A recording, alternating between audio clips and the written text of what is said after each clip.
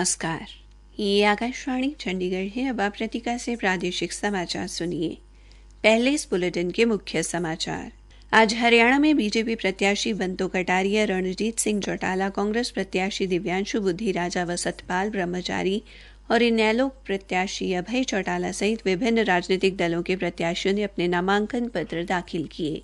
हरियाणा राजस्व एवं आपदा प्रबंधन विभाग ने आमजन के साथ साथ पशुधन को भी लू से बचाने के लिए जरूरी दिशा निर्देश जारी किए।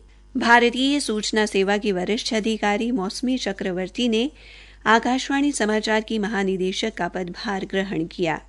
हरियाणा के पलवल जिले में राष्ट्रीय परीक्षा एजेंसी द्वारा पहली बार 5 मई को नीट की परीक्षा ली जाएगी और हरियाणा में अंतर्राष्ट्रीय श्रमिक दिवस पर कई कार्यक्रमों का आयोजन किया गया।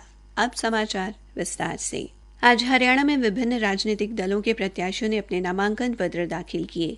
अंबाला लोकसभा सीट से भारतीय जनता पार्टी की प्रत्याशी बंतो कटारिया ने केंद्रीय मंत्री गजेंद्र सिंह शेखावत, हरियाणा के मुख्यमंत्री नायब सिंह सैनी, जगाधरी से विधायक एवं मंत्री कंवरपाल गुर्जर और अंबाला शहर से विधायक व परिवहन मंत्री असीम गोयल की उपस्थिति में अंबाला के जिला निर्वाचन कार्यालय में नामांकन पत्र दाखिल किए।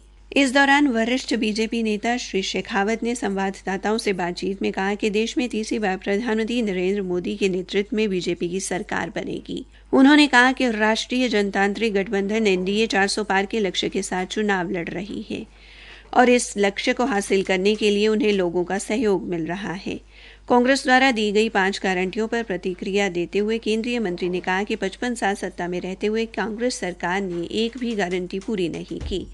62% लोगों को सामान्य शौचालय नहीं दे पाई, सभी को बिजली और गैस कनेक्शन नहीं दे पाई, इसलिए जनता उनकी गारंटियों को मानने के लिए तैयार नहीं है। मुख्यमंत्री नायब सिंह सैनी ने दावा किया कि भारतीय जनता पार्टी 10 की 10 सीटों पर जीत दर्ज करेगी। अंबाला में आज आजाद उम्मीदवार मोहर सिंह और people party of India democratic के गोपाल सिंह नरवाल ने भी नामांकन पत्र भरे। उधर सिरसा में आज सिरसा लोकसभा क्षेत्र से कांग्रेस प्रत्याशी कुमारी शैलजा ने निर्वाचन अधिकारी आर.के. सिंह के समक्ष अपना नामांकन पत्र भरा।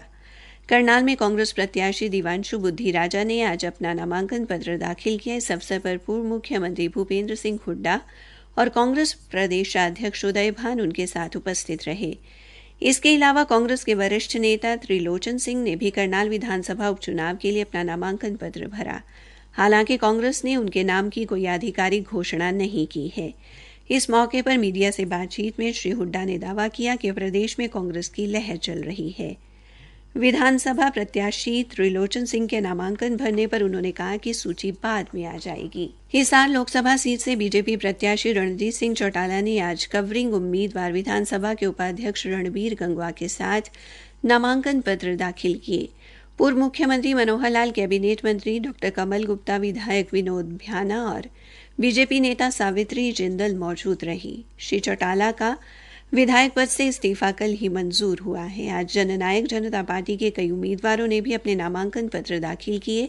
फरीदाबाद लोकसभा क्षेत्र से जननायक जनता पार्टी के उम्मीदवार नलिन हुड्डा सहित 4 प्रत्याशियों ने नामांकन पत्र दाखिल किए।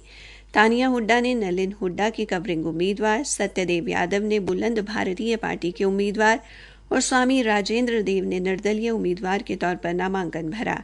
गुरुग्राम लोकसभा क्षेत्र से जेजेपी प्रत्याशी राहुल यादव, फैजलपुरिया ने दिग्विजय सिंह चौटाला की उपस्थिति में नामांकन पत्र दाखिल किए। वहीं कांग्रेस प्रत्याशी सतपाल ब्रह्मचारी ने आज सोनीपत लोकसभा सीट के लिए नामांकन पत्र दाखिल किए। इस अवसर पर वरिष्ठ कांग्रेस नेता भूपेंद्र सिंह हुड्डा, सोनीपत से विधायक सुरेंद्र पवार उपस्थित रहे। इंडियन नेशनल लोकदल के अभय सिंह चौटाला सहित कुरुक्षेत्र लोकसभा क्षेत्र से आज 7 प्रत्याशियों ने नामांकन पत्र भरे। वहीं भिवानी महेंद्रगढ़ लोकसभा क्षेत्र से आज 2 उम्मीदवारों ने अपने नामांकन पत्र दाखिल किए। हरियाणा राजस्व एवं आपदा प्रबंधन विभाग ने आमजन के साथ साथ पशुधन को लू से बचाने के लिए जरूरी दिशा निर्देश जारी किए हैं। विभाग के प्रवक्ता ने बताया कि पशुपालन विभाग को पशुओं का विशेष ध्यान रखने के निर्देश दिए गए हैं। आमजन के साथ साथ पशुओं के पीने के पानी के लिए ट्यूबवेल आदि का प्रबंध करने, मवेशियों की सुरक्षा के लिए लू कार्य योजना तैयार करने और गर्मी की स्थिति के दौरान पशुओं में आने वाली बीमारियों के लक्षण व उससे बचाव के बारे में लोगों को जागरूक करने को कहा गया है। इसके अलावा पशुओं को सुरक्षित रखने हेतु टीकाकरण का कार्य नियमित रूप से संचालित करने और साथ ही केंद्रों पर आवश्यक दवाओं का भंडारण सुनिश्चित करने की हिदायत भी दी गई है। भारतीय सूचना सेवा की वरिष्ठ अधिकारी मौसमी चक्रवर्ती ने आज आकाशवाणी समाचार के महानिदेशक का पदभार ग्रहण किया।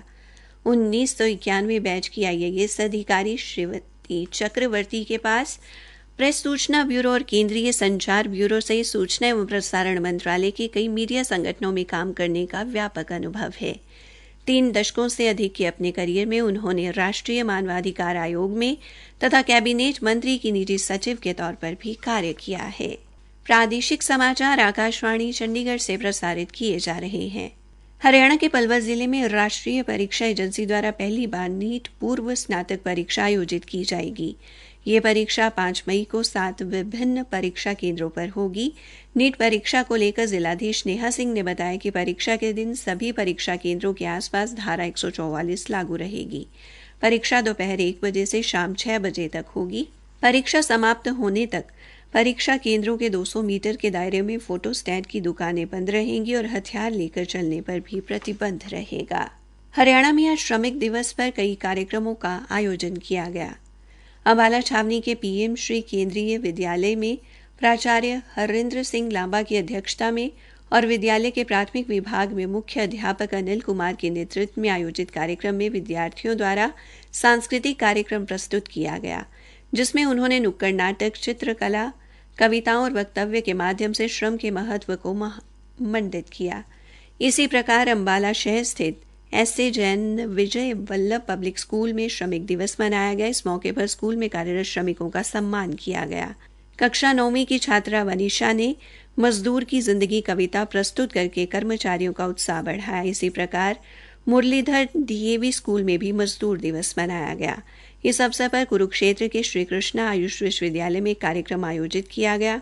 विश्वविद्यालय के कुलपति ने कार्यक्रम को संबोधित करते हुए कहा कि भारत देश को विकसित बनाने का कार्य श्रमिकों के योगदान व सहयोग के बिना अधूरा है। उन्होंने इस बार अंतर्राष्ट्रीय दिवस के थीम के अनुसार श्रमिकों के स्वास्थ्य व सुरक्षा को महत्व देने पर बल दिया। भिवानी के वैश्य इंटरनेशनल विद्यालय में आयोजित कार्यक्रम में विद्यालय के प्रधानाचार्य करतार सिंह जाखड़ ने सभी श्रमिक वर्ग को बैच लगाकर सम्मानित किया। उन्होंने कहा कि सभी कार्य एक समान है, कार्य चाहे छोटा हो या बड़ा, हमें हर कार्य की इज्जत करनी चाहिए। बच्चों ने भी अपने भाषण व कविता के माध्यम से सभी श्रमिकों का अभिवादन व तालियों के साथ उनका उत्साह बढ़ाया। आज मजदूर दिवस के अवसर पर all Haryana power corporation workers union द्वारा भिवानी में रक्तदान शिविर का आयोजन किया गया। शिविर में 50 यूनिट रक्तदान किया गया।